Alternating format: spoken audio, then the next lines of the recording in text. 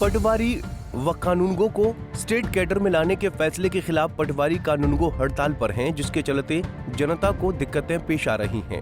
साथ ही कार्य भी प्रभावित हो रहे हैं।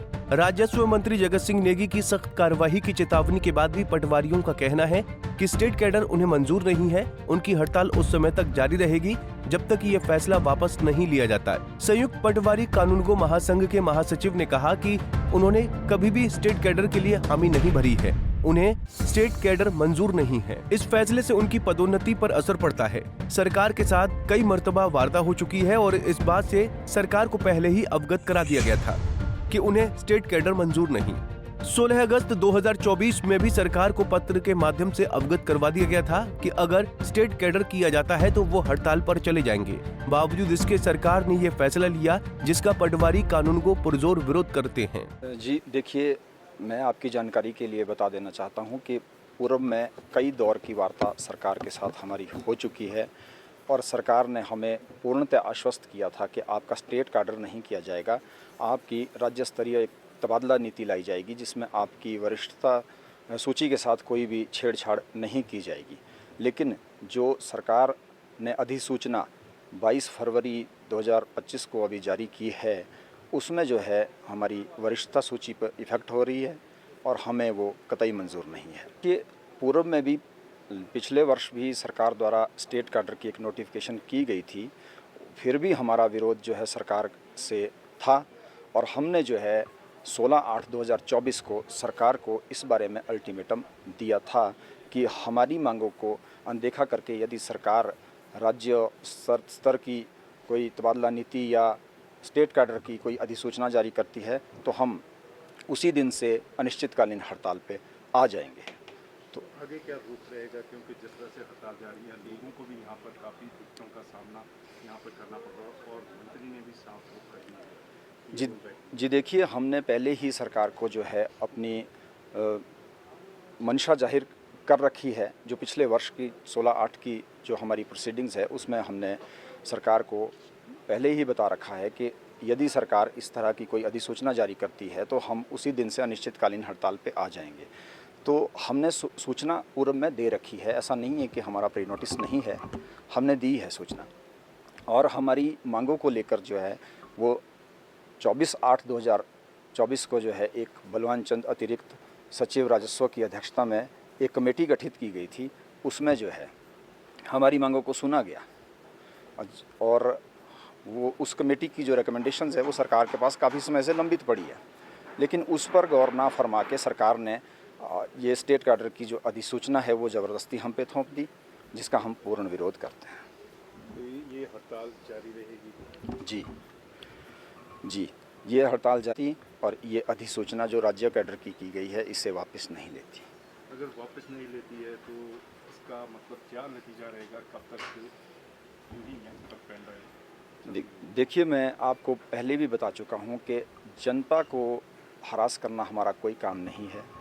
हमारा कोई उद्देश्य नहीं है कि हम जनता को हरास करें।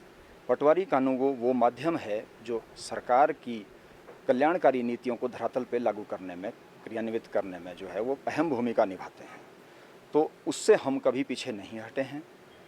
अनिश्चितकालीन हड़ताल के दौरान भी हमने आपदा का कार्य जो है वो इंसानियत के नाते बंद नहीं रखा है, वो अभी भी खुला है।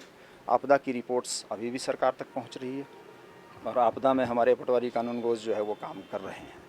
लेकिन सरकार हमारी मांगों पर संज्ञान तो ले। सरकार हमारी मांगों को अनदेखा करके जो है ज़बरदस्ती हम पे स्टेट कैडर थोपना चाहती है, तो ये बिल्कुल भी न्याय संगत नहीं है।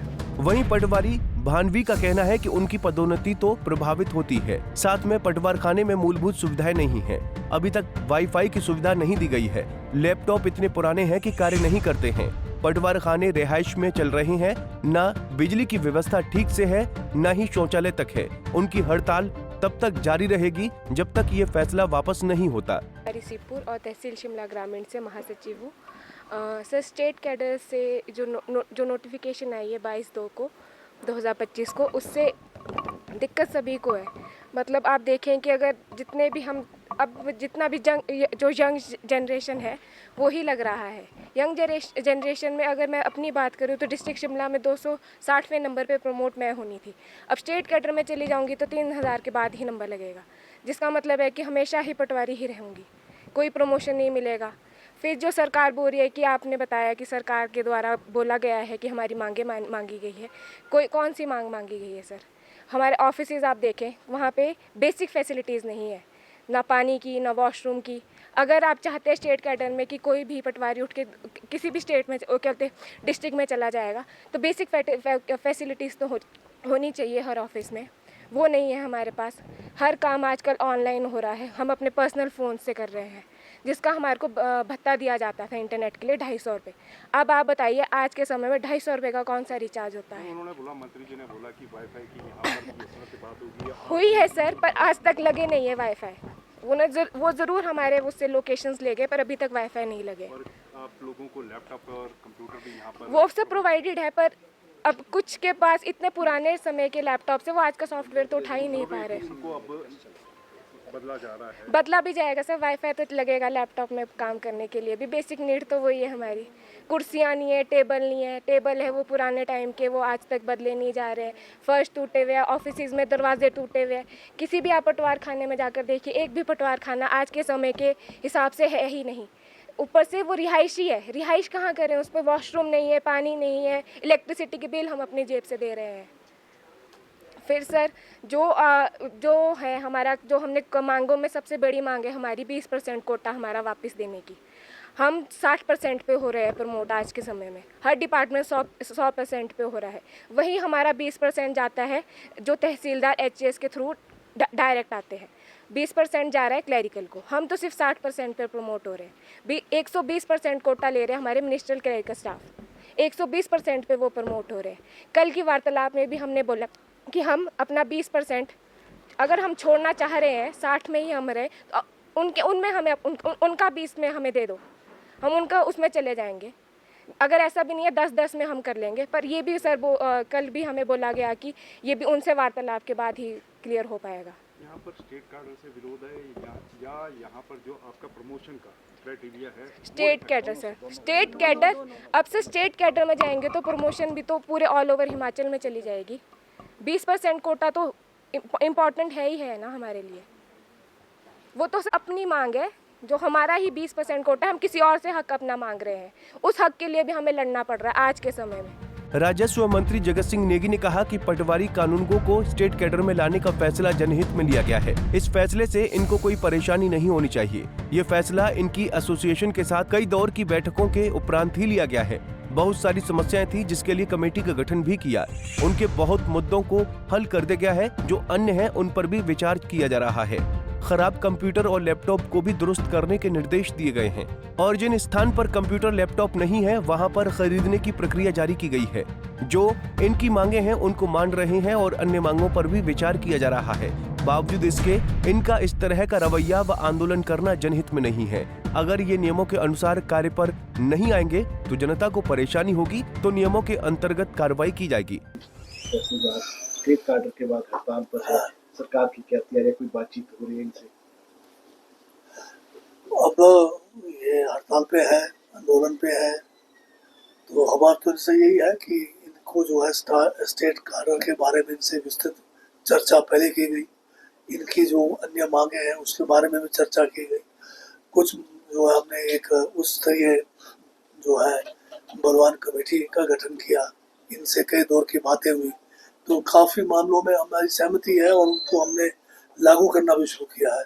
विशेषकर इनके जो पेपरों को लेके बात थी, इनके जो फील्ड में चाहे इनको जो हमारे कंप्यूटर्स की बात है, चाहे इनको वाईफाई देने की बात है, ये सारे एड्रेस कर रहे हैं।